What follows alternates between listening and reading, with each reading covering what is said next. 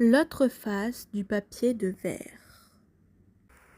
Tout le monde, je suppose, connaît des épisodes marquants dans sa vie, surtout dans l'enfance. Pour certains, ce sera l'incident Jesse Owens. Pour d'autres, une histoire de lit mouillé. Le mois de mai 1939 tirait à sa fin et la soirée se déroulait comme la plupart des autres. Maman repassait avec sa poigne de fer, papa était sorti. Liesl nettoyait la porte d'entrée et regardait le ciel au-dessus de la rue Himmel. Un peu plus tôt, il y avait eu un défilé.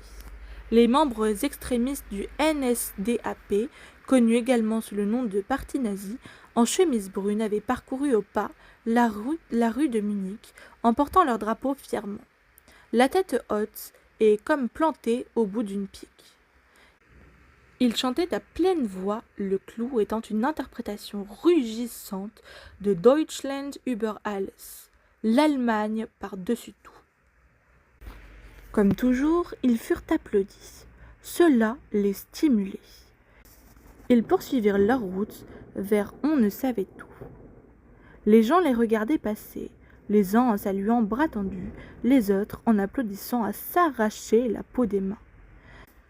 Certains, comme Frau Diller, avaient leur tête des grands rassemblements, grimaçant de fierté. Et puis, ici et là, il y avait les gens à part, comme Alex Steiner, qui claquaient des mains lentement, consciencieusement, comme taillés dans une souche. Soumission.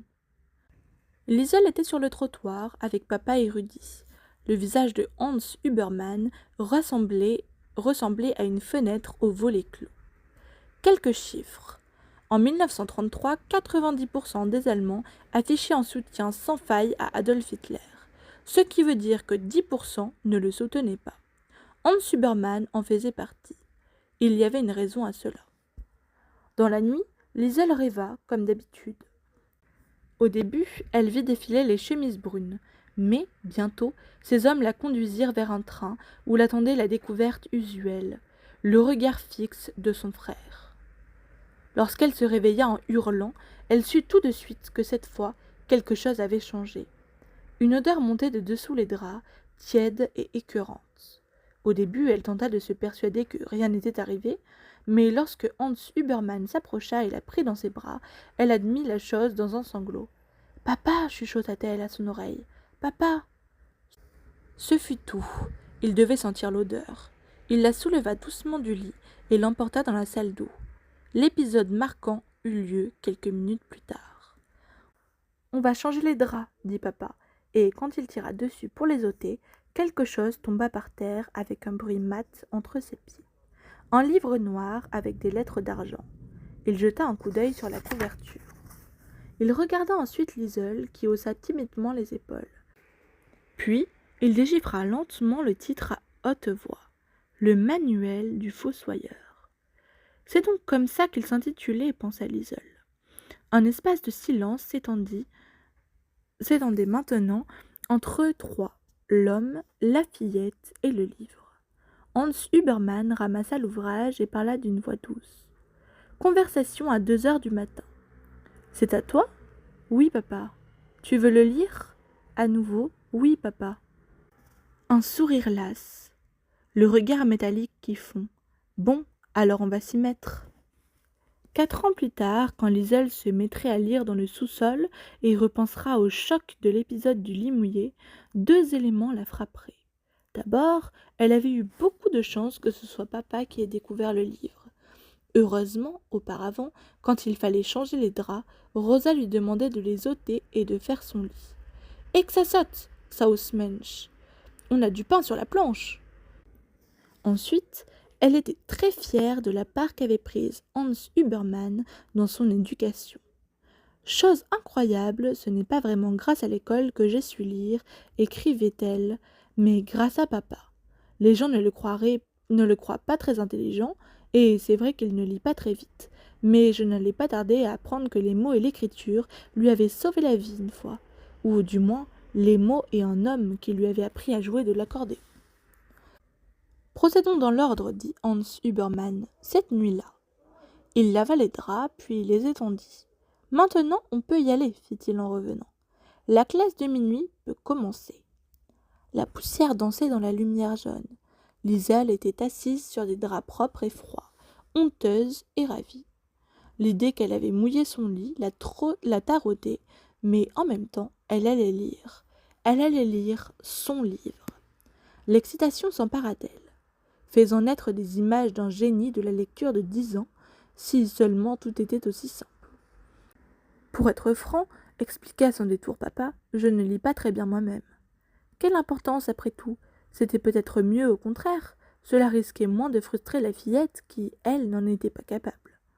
Néanmoins, au début, quand Hans Huberman prit le livre et le feuilleta, il n'était pas très à l'aise.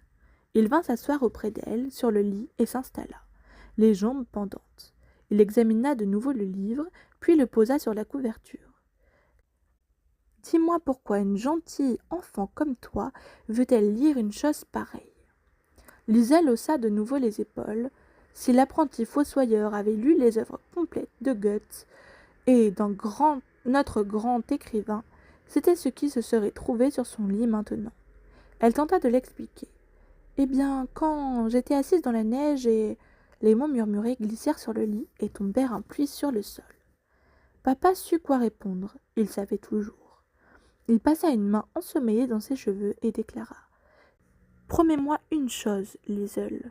Si je meurs bientôt, fais en sorte qu'on m'enterre dans les règles de l'art. » Sérieuse, elle hocha affirmativement la tête. « Ne saute pas un chapitre ou une étape. » Il se mit à rire et elle imita.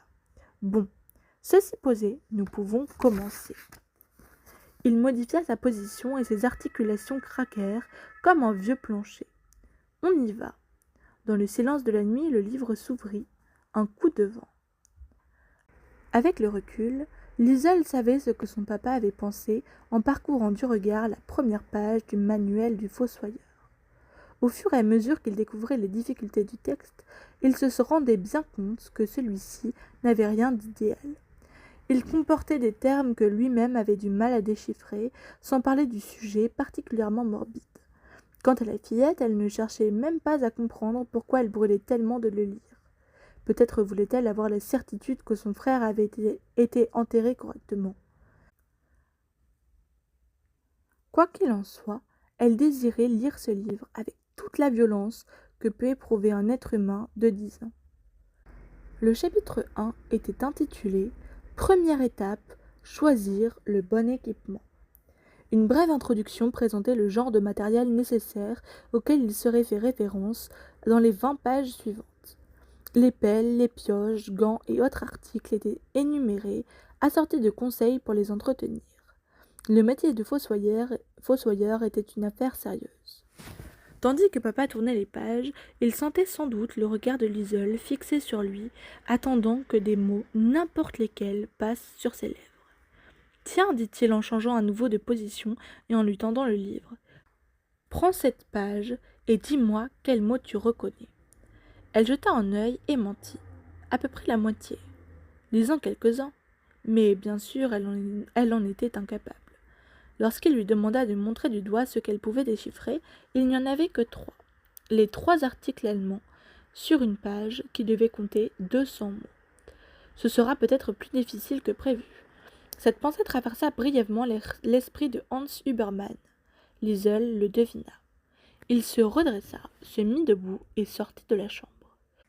Cette fois, quand il revint, il déclara « En fait, j'ai une meilleure idée. » Dans sa main, il tenait un gros crayon de peintre et une pile de papier de verre. « Commençons par le commencement.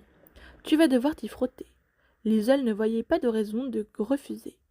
Dans l'angle gauche d'un morceau de papier de verre retourné, il dessina un carré de 3 cm sur 3 et y inséra un A majuscule.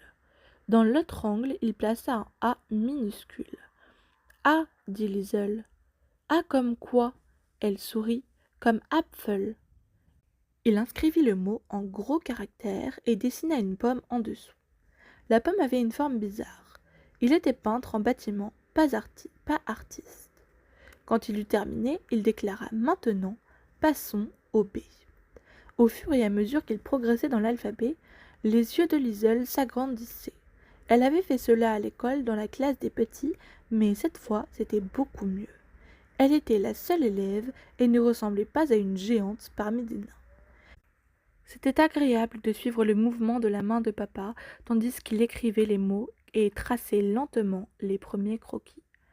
Allons, Liesel, dit-il un peu plus tard, à un moment où elle pataugeait un peu. Un mot qui commence par S. C'est facile pourtant. Tu me déçois. Elle ne voyait pas. Allons, il l'aiguillonnait à voix basse. Pense à maman. Cette fois, le mot la frappa comme une gifle. Elle ne put s'empêcher de sourire. Sausmensch, s'écria-t-elle. Papa éclata de rire, puis s'efforça de se retenir. Chut, il ne faut pas faire de bruit, dit-il, sans pouvoir se contrôler pour autant. Il écrivit le mot en le complétant parlant de ses croquis. Une œuvre d'art caractéristique de la manière de Hans Huberman. Papa, murmura-t-elle, il me manque les yeux. Il lui tapeta les cheveux. Elle était tombée dans le piège. Avec un sourire comme ça, dit Hans Huberman, tu n'as pas besoin d'yeux. Il la serra dans ses bras, puis contempla de nouveau le dessin avec son regard d'argent chaleureux. Maintenant, on passe au thé. Une fois l'alphabet terminé et étudié une bonne dizaine de fois, papa se pencha en avant. Ça ira pour cette nuit, dit-il. S'il te plaît, encore quelques mots. Il se montra ferme. Non, c'est assez. Quand tu t'éveilleras, je jouerai de l'accordéon pour toi. Merci, papa. Bonne nuit. En rire monosyllabique. Bonne nuit, Sausmensch. Bonne nuit, papa. Il alla éteindre la lumière et revint s'installer sur la chaise. Liesel garda les yeux ouverts dans l'obscurité. Elle observait les mots